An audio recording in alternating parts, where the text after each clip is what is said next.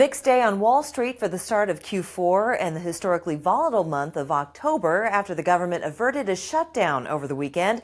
Most stocks closed lower. The small cap Russell 2000 sank the quickest and stayed down furthest today, ending the day at 1.58%, around year-to-date levels.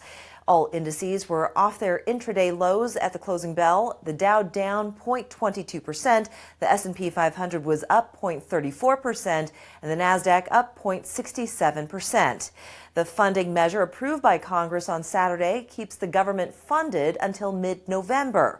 This gives the Fed plenty of time to pore over economic data by their next meeting at the end of the month, and opens a door to another interest rate hike before the end of the year. The Fed suggests interest rates will likely remain higher for longer.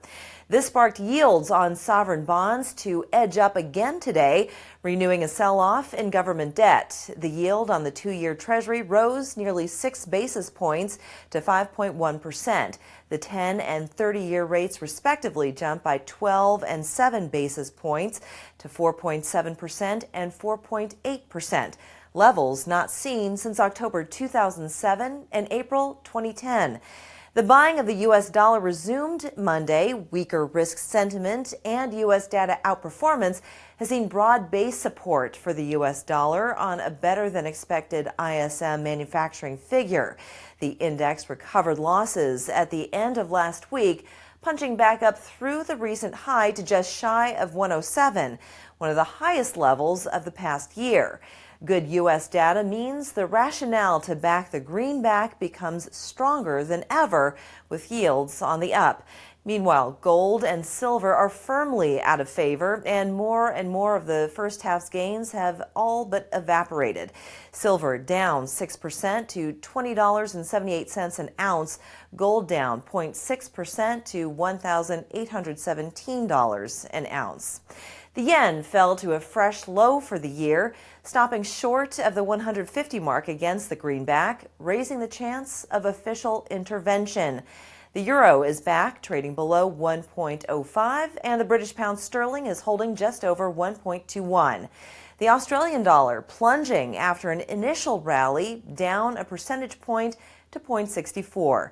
Same goes for the New Zealand dollar, dropping to 0.56. Meanwhile, China is out this week celebrating its Mid-Autumn Festival, but riding on good news from last week amid its struggling property sector and record low U.S. confidence in doing business in China. The Shanghai Composite Index closed at 3,111. That's up by just under 1% on the week. The Shenzhen Composite Index closed at 10,110, up 1.34%. Amid the offshore Chinese yuan is virtually unchanged on the week after touching a high of 7.3. Stocks were lower in afternoon trade on news of higher interest rates by year-end, the recent rise in oil prices, and the resumption of student loan repayments that will sap spending power of millions of borrowers. Investors expect a solid third-quarter earnings season, but are aware the most immediate risk to stocks is if companies are meaningfully affected by the economic slowing that is occurring from higher interest rates. Meanwhile, Ether futures ETFs have made its debut.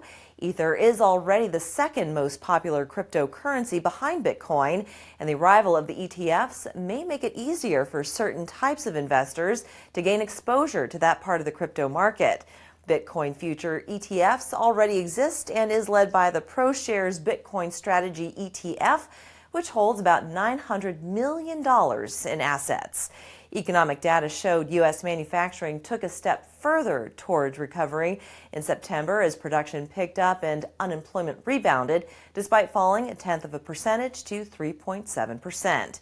The Bureau of Labor Statistics will be releasing the job openings and labor turnover survey Tuesday. ADP releases its jobs report for September on Wednesday, and on Friday comes the official jobs report for September, which is expected to show a gain of only 155,000 versus 187,000 in August. And finally, the labor market will be a hot topic with 3 barometers of its strength coming this week. Market watchers will be looking for any signs about the health of the wider economy and factors that may affect the Fed's path forward on interest rates. This news has been brought to you by VEVOFX. Thank you so much for watching. We wish you profitable trading, and we'll see you soon.